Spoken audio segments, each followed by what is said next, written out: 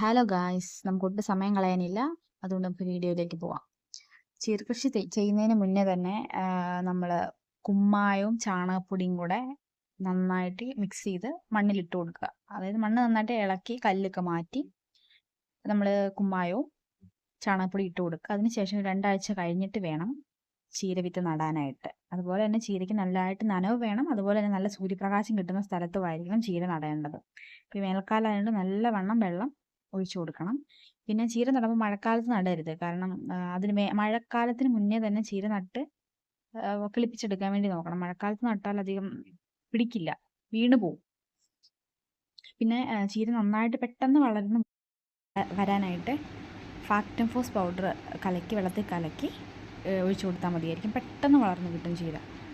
അപ്പോൾ ഇതൊക്കെയാണ് നമ്മുടെ ടിപ്സ്. അപ്പോൾ നമ്മുടെ ചാനൽ വീഡിയോ ഇഷ്ടമായിട്ടുണ്ടെങ്കിൽ ലൈക്ക് ചെയ്യുക, ഷെയർ ചെയ്യുക, സബ്സ്ക്രൈബ് ചെയ്യുക. Bye bye.